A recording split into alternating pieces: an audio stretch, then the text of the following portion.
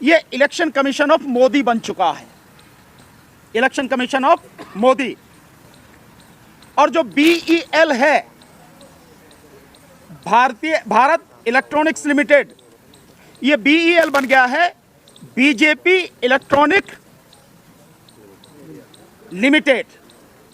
ये बन चुका है इतने खुलासे के बाद। मतलब कुछ रह नहीं गया इसके बाद में।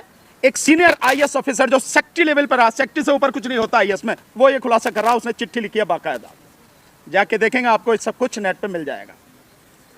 खैर, एक और बड़ा खुलासा हम लोग करेंगे, या तो 1 तारीख को या 3 तारीख को, जो भी डेट होगी आपको बताएंगे, और बताएंगे कि कितना बड़ा खुलासा है वो, और इलेक्शन कमीशन और बीजेपी किस तरह से मिले हुए हैं, और इस देश के लोगों के साथ, जो यहाँ के मतदाता हैं, उनके साथ कितना बड़ा धोखा कर रहे हैं, कितना घात कर रहे हैं उनके साथ में, उनकी पीठ में छुरा भोंक रहे हैं। वो खुलासा हम करेंगे बाकायदा, आपको सबूतों के साथ करेंगे। और वो सबूत जो खुद इलेक्शन कमीशन की वेबसाइट पर पड़े हैं, हमारा अपना कोई नहीं है, उसी के हैं, आपको बताएंगे सारा सब कुछ। अब मैं जो आना चाहता हूं आपके पास, देखिए हम लोग यहां से कह के तो 3 दिन के लिए गए थे पंजाब, लेकिन हमें 4 दिन वहां रुकना पड़ा, 4 दिन हमारे लगे। और हमने पहले भी कहा था कि पूरा देश खड़ा होगा, और मैं विश्वास के साथ कह सकता हूं कि पूरा देश जब खड़ा होगा, इसमें सबसे पहले खड़े होने वाला अगर कोई प्रदेश होगा जिसमें EVM लेके इलेक्शन कमीशन घुस नहीं पाएगा, वो प्रदेश होगा पंजाब।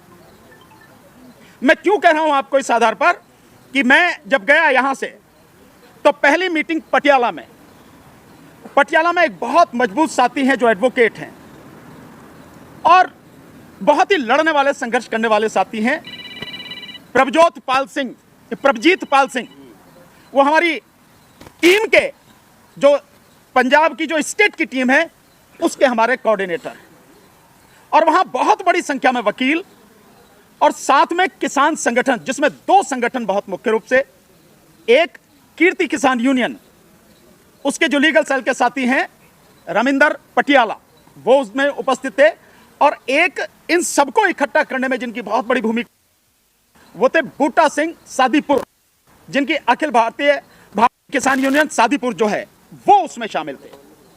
और जब उनसे सवाल पूछा गया कि संयुक्त किसान मोर्चा इसको सपोर्ट करेगा, तो उन्होंने कहा कि हम अपनी बात संयुक्त किसान मोर्चा में रखेंगे कि इस EVM हटाओ मूवमेंट को सपोर्ट करें, लेकिन साहब ने कहा कि मेरी यूनियन तो इनके साथ अभी से ही है, हम पूरी तरह से इनको सपोर्ट करेंगे।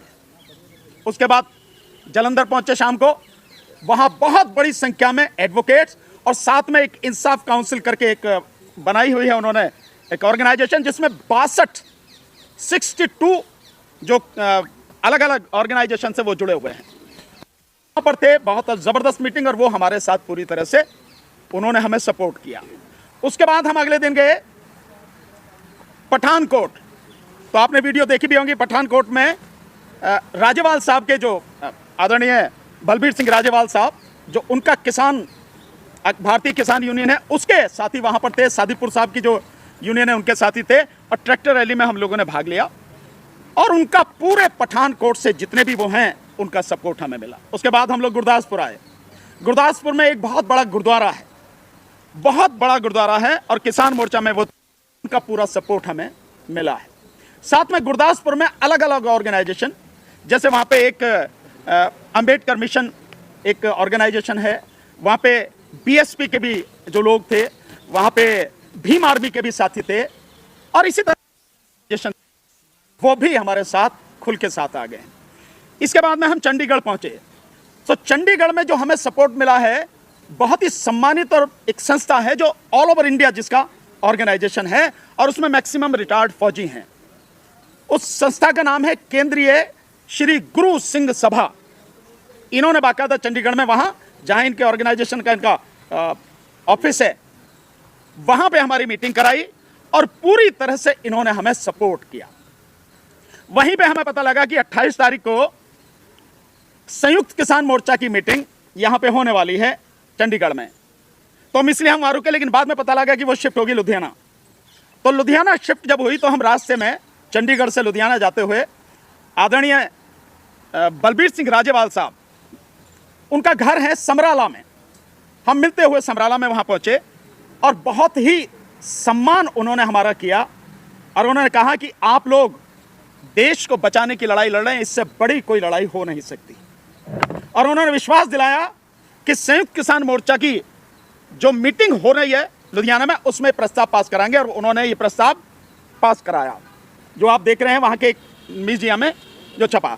उनसे मिलने के बाद मैं सीधा वहाँ गया था जहाँ पे लुधियाना में मीटिंग हो रही थी, और उस मीटिंग में सभी जो किसान संगठन के लोग थे सब शामिल थे वहाँ पे, जो अलग अलग उनके जत्थेबंदी हैं।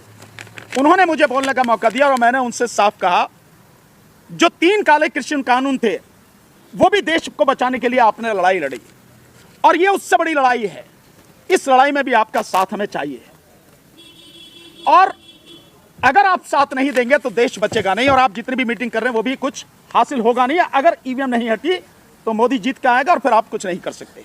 और मोदी कैसे जीत के आता है बता दिया। बीएल में जब मशीनें वो बना रहे हैं, सॉफ्टवेयर ही वो सब कुछ कर रहे हैं, तो मोदी कैसे जीत के आता है सीना ठोक के, जो कहता है कि एक अकेला सब पे भारी, और जो कहता है कि इतनी सीटें आएंगे।